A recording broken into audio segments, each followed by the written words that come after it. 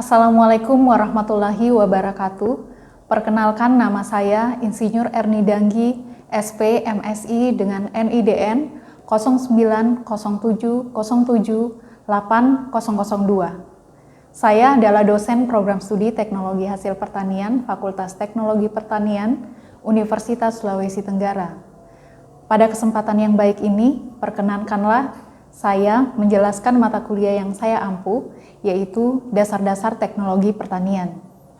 Video ini dibuat sebagai salah satu persyaratan sertifikasi dosen gelombang pertama tahun 2025, yaitu pernyataan diri dosen dalam unjuk kerja Tridharma Perguruan Tinggi, khususnya di aspek pengajaran. Saya akan memulai dengan menjelaskan deskripsi dan informasi umum dari mata kuliah Dasar-Dasar Teknologi Pertanian. Mata kuliah ini merupakan mata kuliah wajib pada program studi Teknologi Hasil Pertanian. Mata kuliah ini diberikan kepada mahasiswa semester 2 dengan bobot mata kuliah 2 SKS. Mata kuliah ini disusun bertujuan untuk menghasilkan individu yang mampu menunjukkan sikap bertanggung jawab dalam penerapan teknologi pertanian, memahami prinsip dasar teknologi dalam pengolahan hasil pertanian, termasuk mampu menerapkan teknologi untuk meningkatkan efisiensi dan kualitas produk pertanian. Kemampuan tersebut diterapkan untuk pengelolaan hasil pertanian.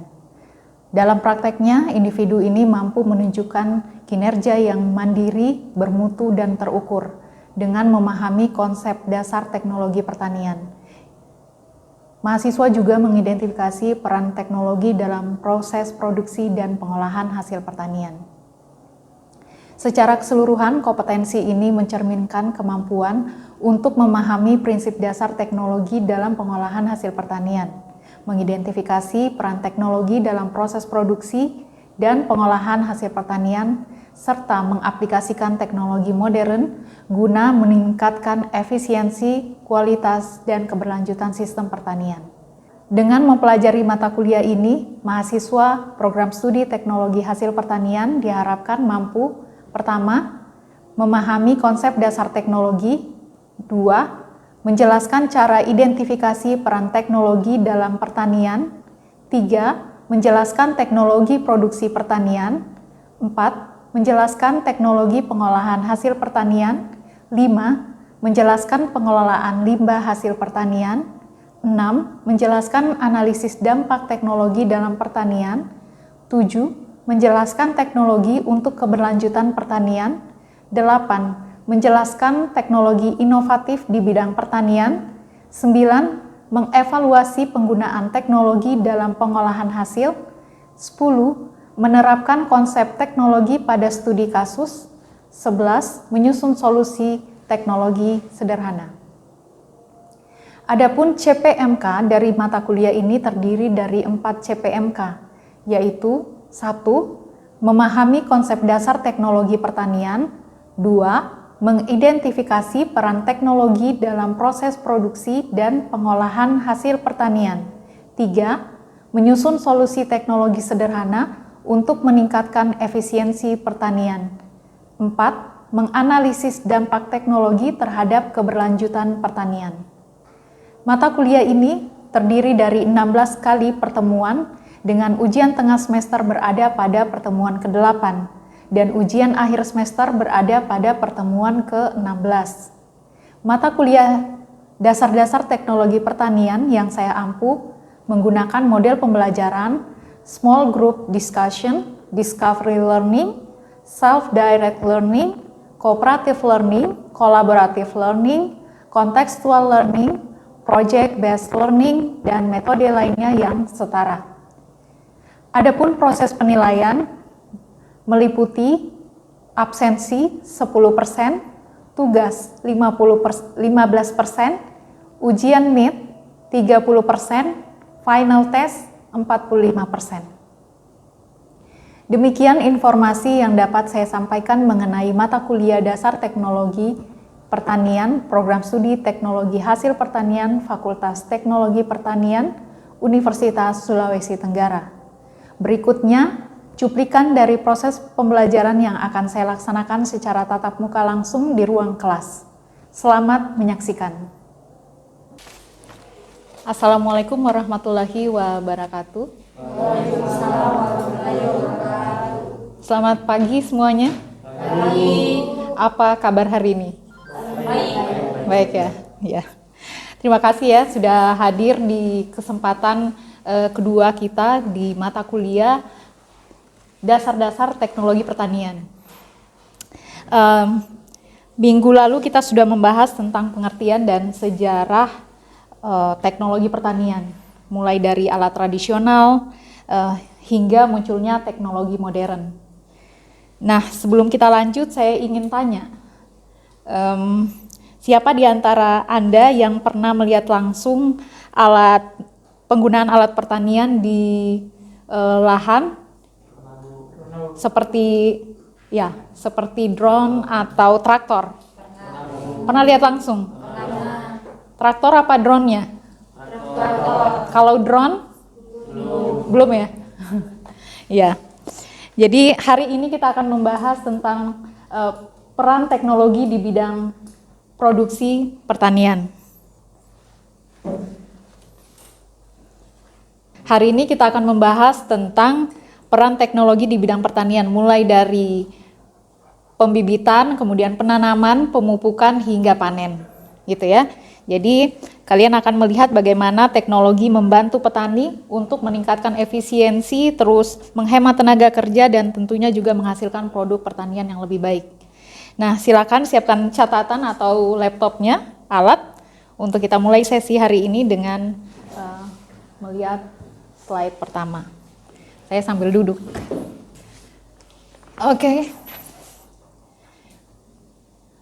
Nah, peran teknologi dalam revolusi produksi pertanian ini bisa kita lihat dari produksi pertaniannya. Misalnya di sini teknologi telah merevolusi prosesnya. Jadi peran teknologi dalam revolusi pertanian, silakan lihat di slide. Nah, itu teknologi telah menjadi elemen sentral sebenarnya dalam transformasi sektor pertanian global dari era tradisional berbasis tenaga manusia dan hewan.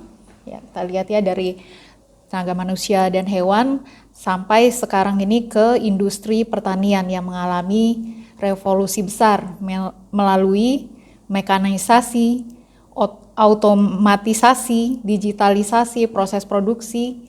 Bahkan ini bukan sekedar inovasi tapi kebutuhan mendesak untuk menjawab tantangan zaman. Nah, penerapan teknologi memungkinkan produksi pertanian menjadi lebih efisien, cepat dalam skala besar. Penggunaan alat berat seperti tadi dikatakan ada traktor ya, sistem irigasi otomatis hingga drone dan sensor tanah memungkinkan petani lebih memaksimalkan hasil dengan input yang minimal. Nah, lebih dari itu, perkembangan ini memang merupakan jawaban dari tantangan global seperti pertumbuhan populasi, perubahan iklim, dan keterbatasan lahan. Peran teknologi bukan hanya mendukung produksi, tapi juga menjamin keberlanjutan ketahanan pangan di masa depan. Kita memang menghadapi masalah itu sebagai tantangan global. Jadi solusinya ya dengan menjawab kebutuhan pangan dunia yang meningkat dengan keterbatasan sumber daya alam, dengan inovasi-inovasi yang berkelanjutan. Di dalam pembahasan kita ini ada beberapa istilah-istilah yang kita akan sering mendengar seperti definisi teknologi produksi, kemudian cakupan teknologi pertanian, tujuan utama teknologi, kemudian inovasi dalam pertanian, serta keberlanjutan sumber daya manusia. Ini punya definisinya sendiri seperti yang terlihat di layar, jadi kita bisa baca. Adalah penggunaan untuk teknologi produksi sendiri adalah penggunaan ilmu, pengetahuan, dan alat untuk meningkatkan efisiensi serta hasil dalam produksi pertanian, sehingga menjadikannya lebih produktif dan inovatif. Kemudian cakupan untuk teknologi pertanian, di sini meliputi alat, mesin, teknik budidaya, irigasi, dan pengelolaan tanaman berbasis data untuk mendukung keberhasilan produksi. Nah, kemudian tujuan utama teknologi, jadi untuk apa? Adalah untuk meningkatkan produktivitas, mengurangi biaya, dan menjaga keberlanjutan sumber daya pertanian demi masa depan pertanian yang lebih baik. Ya, semua tujuan teknologi adalah ke sana ya. Kemudian inovasi dalam pertanian. Inovasi ini melalui teknologi pertanian memainkan peran penting untuk memperkenalkan metode baru, alat yang tujuannya tadi untuk meningkatkan hasil panen atau efisiensi dari kerja petani. Kemudian keberlanjutan sumber daya, ini mengintegrasikan teknologi dalam produksi pertanian yang bertujuan untuk menjaga keberlanjutan sumber daya alam yang penting untuk keberlangsungan kehidupan dan ekosistem. Evolusi teknologi dalam produksi pertanian. Ya, seperti yang pembahasan yang lalu, jadi evolusi ini berarti perubahan ya. Jadi mulai dari di sini yang ditandai adalah era tradisional, kemudian revolusi mekanisasi, dan yang sekarang kita masuk di era digital. Nah, era tradisional apa saja? Ini mengandalkan tenaga manusia, hewan, dan juga metode manual lainnya yang hasilnya pasti terbatas karena itu mengandalkan tenaga manusia dan hewan tadi, serba manual terbatas. Kemudian revolusi mekanisasi. Nah, ini pengenalan mesin sudah ada seperti traktor tadi yang sudah Anda sebutkan, dan alat tanam otomatis untuk meningkatkan efisiensi. Sekarang kita masuk di era digital, sudah masuk integrasi sensor, kemudian IoT, data analytics, dan otomatisasi dalam proses produksi pertanian.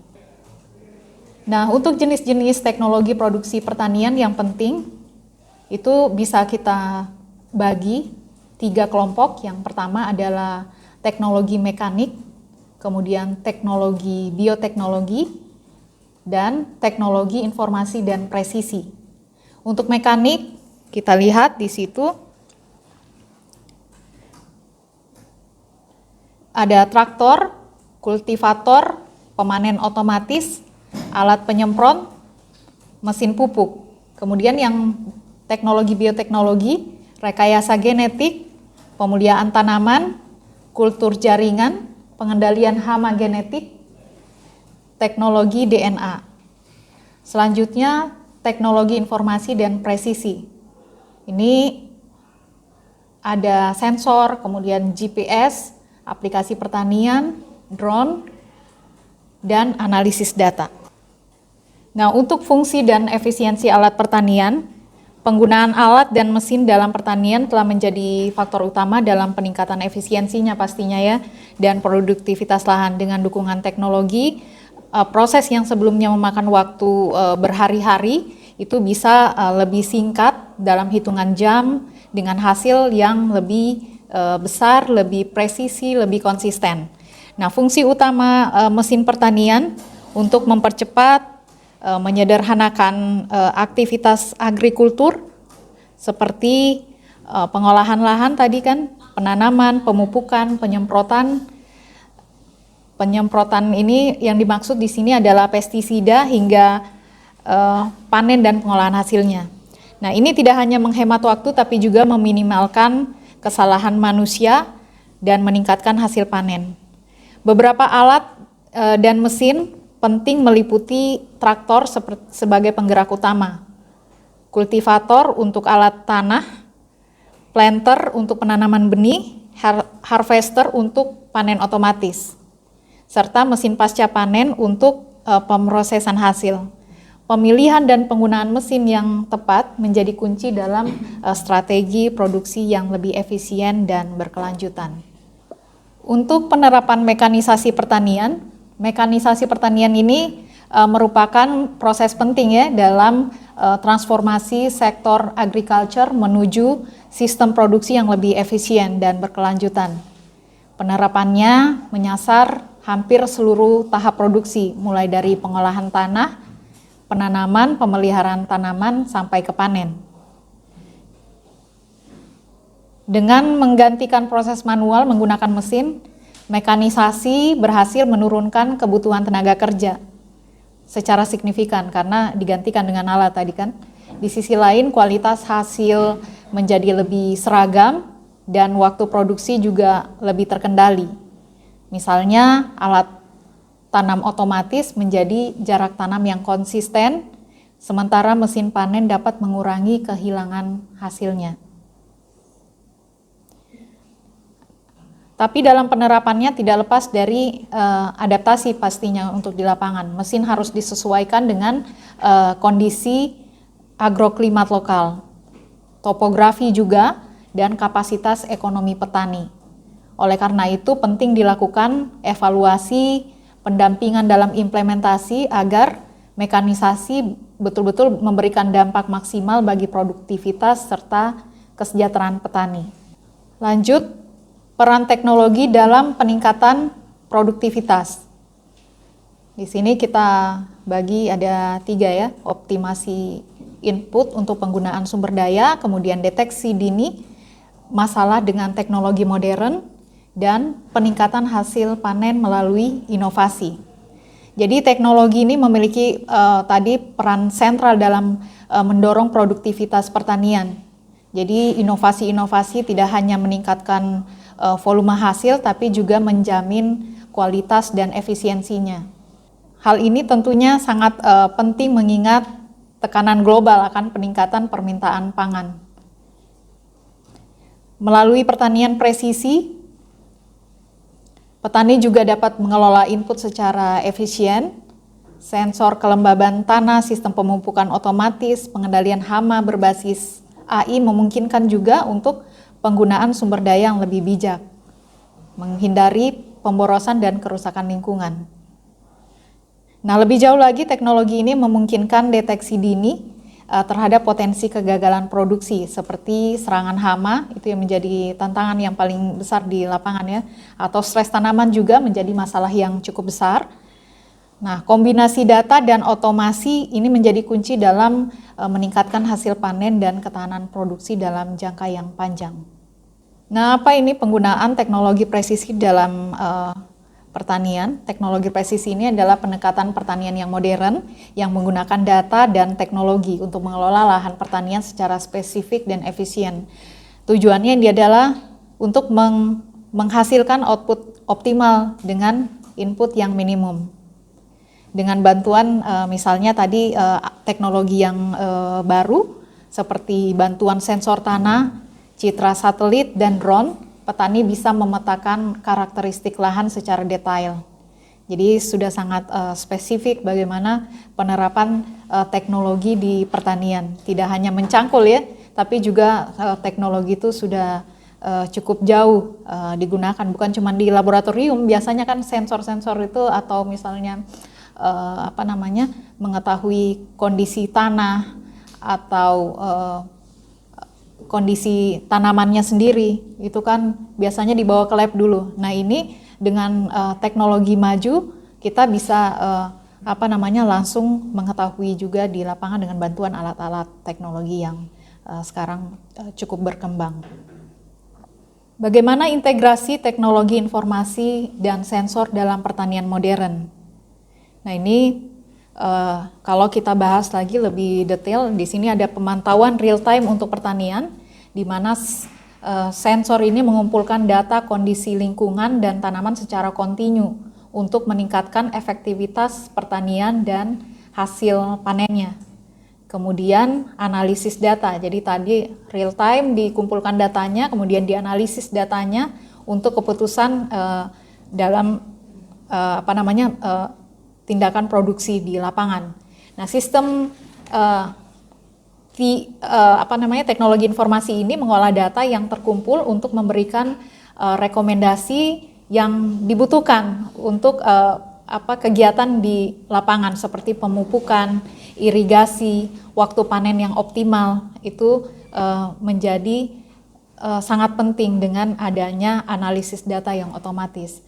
Kemudian konektivitas IoT dalam pertanian. Ini menghubungkan antara perangkat dan sensor sehingga memungkinkan pertanian yang cerdas, yang lebih terintegrasi dan responsif terhadap kondisi lapangan. Kemudian integrasi teknologi informasi lain adalah cloud computing untuk penyimpanan data.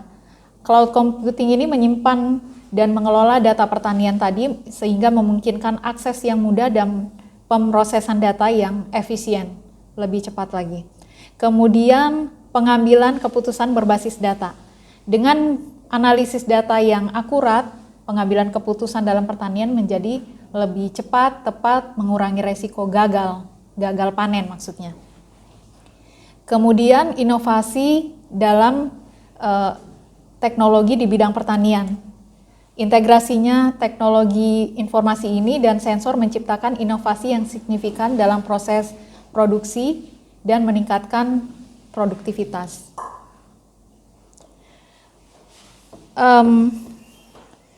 Inovasi teknologi dalam produksi padi.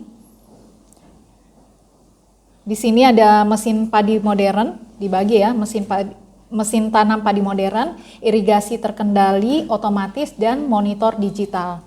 Di sini ada beberapa alat yang sangat penting yang mendukung penanaman padi modern tadi, seperti menggantikan metode manual, pengaturan jarak tanam, kedalaman tanam yang konsisten. Ini menjadi tantangan untuk pertanian, khususnya untuk pengembangan tanaman padi. Kemudian irigasi terkendali otomatis. Di sini yang digunakan adalah sensor kelembaban, pompa otomatis, efisiensi penggunaan air. Kemudian untuk monitor digital, di sini aplikasi berbasis GPS, pemantauan dengan drone, deteksi gangguan, dan analisis data. Tidak banyak lagi. Kemudian inovasi teknologi dalam proses produksi hortikultura, ada beberapa yang dikenal, ada greenhouse automatics, hidroponik, aeroponik, sistem pemantauan digital, pertanian berkelanjutan, dan inovasi pertanian. Untuk dampak ekonomi dan sosial teknologi produksi pertanian, ini tentunya yang diinginkan adalah peningkatan pendapatan petani, kemudian perubahan struktur kerjanya. Jadi dengan bantuan alat pastinya tadi sudah disebutkan ya, lebih efisien. Kemudian kesempatan dan kesenjangan, teknologi menciptakan peluang baru untuk memperbesar jurang antara petani kecil dengan yang tidak memiliki akses terhadap teknologi. Itu dampaknya. Untuk lingkungan, dampak dari teknologi produksi pertanian, ada degradasi lahan, pencemaran baik air, udara, kemudian bisa juga tantangan yang lainnya, tapi bisa diselesaikan dengan teknologi yang ramah lingkungan, juga berbasis bioteknologi dalam pertanian, sehingga bisa meminimalkan dampak dari negatifnya teknologi. Tantangan dan peluangnya yang terakhir dalam pengembangan teknologi produksi pertanian, yang pertama adalah keterbatasan akses dan infrastruktur, percepatan inovasi, kolaborasi multisektor, peningkatan keterampilan, dan dampak lingkungan. Nah, itu mungkin yang menjadi pembahasan kita untuk pertemuan hari ini. Silakan kalau ada yang ingin memberikan tanggapan. Silakan, siapa? Ya, ya. Ibu, apakah penggunaan teknologi modern seperti drone atau sensor tanah itu memang benar-benar efektif untuk penggunaan pertanian skala besar? Ya, baik. Pertanyaan yang sangat bagus ya. Terima kasih untuk siapa namanya? Sofia ya. Ya. Jadi penggunaan teknologi seperti drone atau sensor tanah memang awalnya banyak dikembangkan atau digunakan di pertanian skala besar saja, karena biayanya memang yang relatif tinggi atau mahal.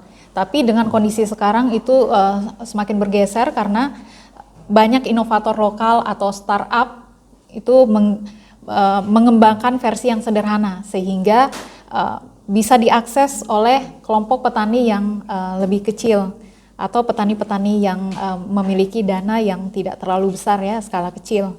Nah, misalnya drone penyemprot yang dulunya mahal kini sudah tersedia dengan harga yang lebih terjangkau. Atau bisa misalnya juga dengan lebih dengan cara yang kolektif, jadi antar kelompok-kelompok petani itu bisa sama-sama menanggung misalnya untuk mengakses alat yang dibutuhkan tadi. Jadi sudah tidak ada kesenjangan yang lebih jauh kalau misalnya bisa diselesaikan seperti cara tadi. Begitu. Saudara-saudara sekalian, mahasiswa, kita sudah sampai di akhir pertemuan hari ini. Kita telah membahas bagaimana teknologi berperan penting dalam setiap tahap produksi pertanian. Mulai dari tadi pengolahan tanah, penanaman hingga panen. Nah, harapannya Anda tidak hanya memahami jenis-jenis teknologi yang digunakan, tapi juga bisa melihat peluang penerapan teknologi ini di daerah atau komunitas sekitar kita. Nah, sebagai penugasan jangan lupa, ada penugasan ya, jadi jangan lupa menyelesaikan tugas yang sudah saya berikan melalui LMS. Nanti diakses LMS-nya, kita akan Anda silakan mengunggah sesuai dengan tenggat waktunya. Nah, pertemuan berikutnya kita akan membahas lebih dalam tentang alat dan mesin pertanian. Jadi silakan pelajari bahan materinya terlebih dahulu sebelum nanti kita masuk di pertemuan berikutnya. Terima kasih untuk partisipasi Anda hari ini. Sampai jumpa di pertemuan berikutnya. Wassalamualaikum warahmatullahi wabarakatuh.